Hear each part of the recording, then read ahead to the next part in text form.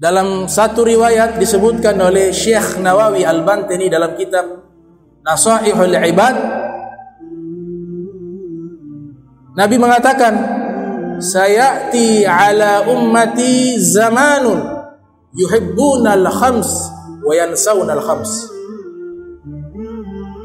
Pakai sin, sayati. Kalau kita belajar grammar bahasa Arab, ada dua sin khusus masuk kepada fi'il mudhari, present continuous tense kalau dalam bahasa Inggris. Dua sin yang artinya akan, merubah waktu kepada mustaqbal, future, masa akan datang. Artinya kalau Nabi katakan sayati, itu Nabi menceritakan tentang problem, kasus, bukan di zaman Nabi, tapi di masa depan. Itu kalimat sayati. Ada huruf sin, ada saufa. Saufa ta'lamuna thumma kalla saufa ta'lamun. Mereka akan tahu.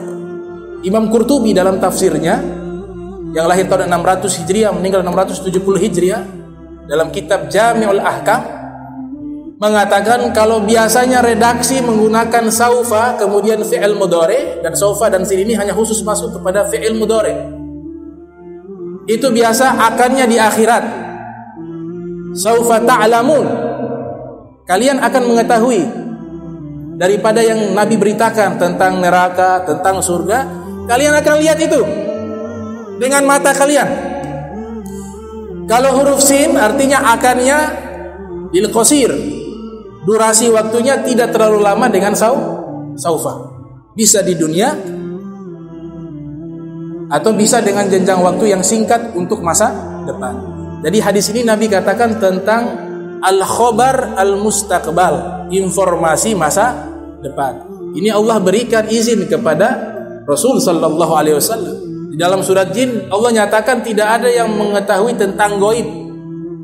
Allah nyatakan dalam surat Jin, tidak ada yang mengetahui tentang gaib illa man adzinalah, kecuali yang Allah izinkan. Yang Allah izinkan mengetahui tentang gaib adalah Nabi Muhammad sallallahu alaihi wasallam. Dan ini khususnya untuk Rasul sallallahu alaihi wasallam. Nabi katakan, sayati ala ummati zamanun yuhibbunal khams wa yansaunal khams. Akan datang satu zaman menimpa umatku, mereka mencintai 5 perkara, namun mereka lupa terhadap 5 perkara. Yang pertama, kata Rasul sallallahu alaihi wasallam, yuhibbunad dunya wa yansaunal akhirata. Umatku nanti di satu zaman cinta terhadap dunia, namun lupa terhadap akhirat.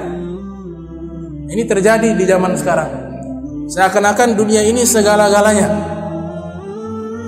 tidak memperhatikan dan tidak memperdulikan tentang persoalan akhirat dengan masalah-masalah akhirat, tidak memperdulikan tentang hukum-hukumnya Allah Ta'ala. Seakan-akan dia merasa dia hidup selama-lamanya di dunia.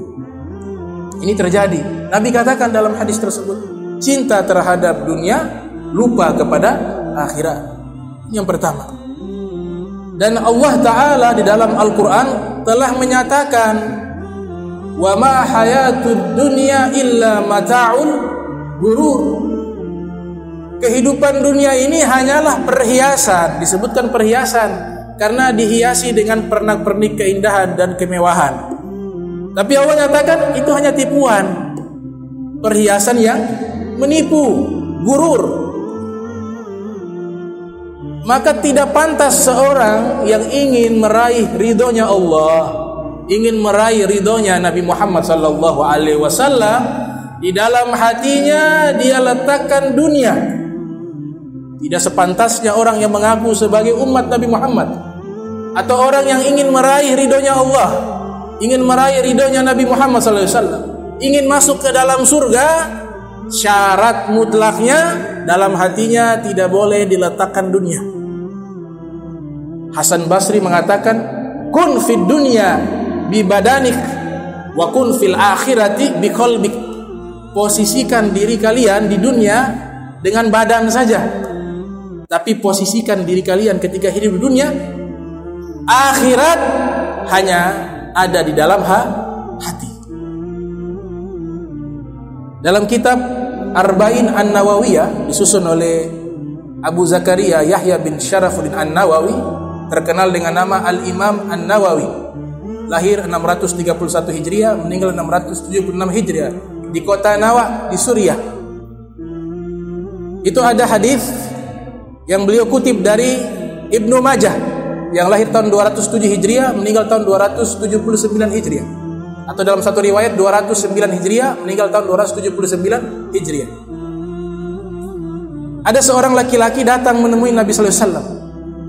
Ja'a rajulun ila Rasulillah sallallahu alaihi wasallam. Kemudian dia katakan, "Ya Rasulullah, dullani ala amalin idza amiltuhu ahabbani Allah wa ahabbani nas." Wahai Rasulullah sallallahu alaihi wasallam, tolong tunjukkan padaku satu amal ibadah. Jika amal ibadah ini aku lakukan, Allah dan seluruh manusia cinta kepadaku. Maka Nabi sallallahu alaihi wasallam mengatakan, "Izhad fid dunya yuhibbakallah, wazhad fi ma 'indan nas yuhibbakan nas." Zuhudlah terhadap dunia. Jadi obat dari cinta dunia, obatnya satu, yang pertama, zuhud. Obatnya cinta dunia, zuhud. Nabi katakan kalau zuhud, pasti Allah cinta kepada hamba tersebut. Kalau zuhud terhadap apa yang dimiliki manusia, pasti manusia cinta kepadamu. Zuhud artinya bukan meninggalkan pekerjaan atau bermalas-malasan, tidak.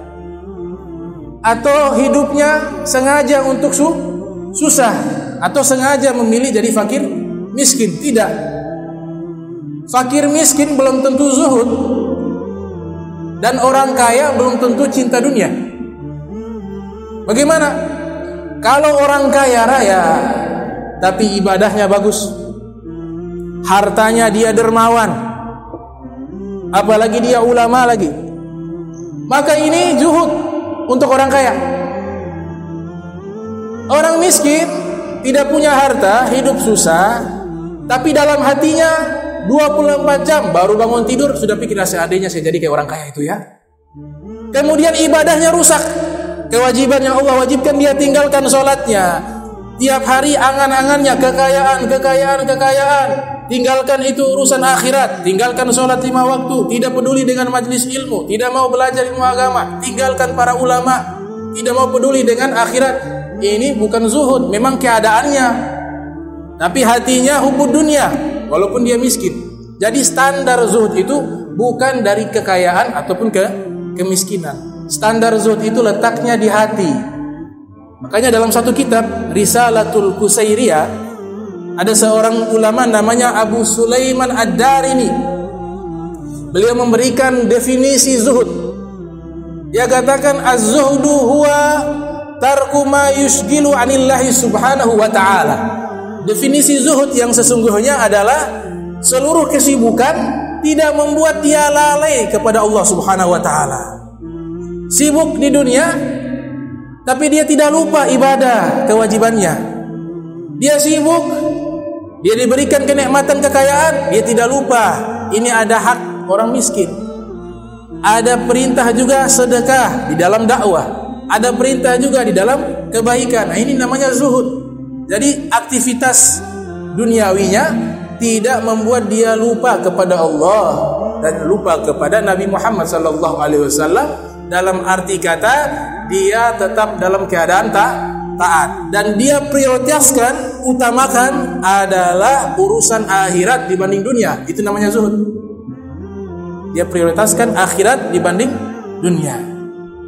Jadi zuhud bukan karena kaya atau miskin, tapi zuhud adalah keadaan hati seorang hamba yang tidak pernah lalai dari Allah subhanahu wa ta'ala. Dan ketika orang memiliki sifat zuhud, dia mendapatkan manfaat. Al-Imam Ja'far As-Sadiq ibn Muhammad Al-Baqir ibn Ali Zainal Abidin ibn Husain bin Ali bin Abi Thalib, yang lahir tahun 80 Hijriah, meninggal 148 Hijriah. Beliau mengatakan, az-zuhdu fid dunya yurihul qalba wal badan. Zuhud terhadap dunia membuat hati yurihu qalba, hati menjadi nyaman, menjadi enak. Wal badan juga menjadi sehat. Wa rukbatu fid dunya, rakus terhadap dunia, yurithu, ya turisul hamma wal hazan, mewariskan apa? Stres, wal hazan, sedih. Itu kata Imam Ja'far As-Shadiq radhiyallahu taala anhu. Oleh sebab itu Hasan Al-Basri, seorang tabi'in, beliau menyatakan hubbud dunya ra'su kulli khati'ah, cinta dunia sumber daripada segala kesalahan. Kalau sudah cinta kepada dunia, pasti akan muncul itu banyak dosa-dosa. Orang korupsi, uang negara dirampok, pasti sebabnya satu, penyakit. Karena dia pikir dia hanya hidup di dunia. Penyakitnya adalah cinta dunia. Kalau dia tidak cinta terhadap dunia, dia zuhud, tidak mungkin dia korupsi itu. Padahal gajinya sudah besar. Orang yang mencuri, orang yang membunuh, orang yang iri hati. Iri hati ini sumber pangkalnya adalah penyakit cinta dunia. Lihat tetangganya sukses, dia susah. Hatinya tidak terima dengan nikmat yang Allah berikan. Ini karena kenapa? Karena ada cinta dunia. Seandainya dia zuhud, udah didoakan, alhamdulillah saudara saya dia sukses, kaya. Enak hatinya. Tapi kalau cinta dunia, dia sendiri yang susah. Makanya Imam Hasan Al-Basri, beliau mengatakan, adraktu aqwaman kanatid dunya ahwana alaihim minat turab alladhi yamsuna alaihi. Imam Hasan Basri mengatakan, saya pernah berjumpa dengan sekelompok kaum. Maksudnya di sini adalah sahabat Nabi sallallahu alaihi wasallam, para murid-muridnya Rasulullah sallallahu alaihi wasallam.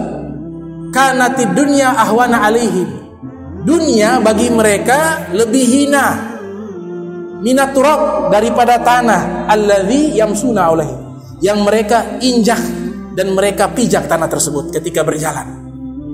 Itu yang didapati oleh Hasan Basri, melihat bagaimana mereka mengecilkan dunia.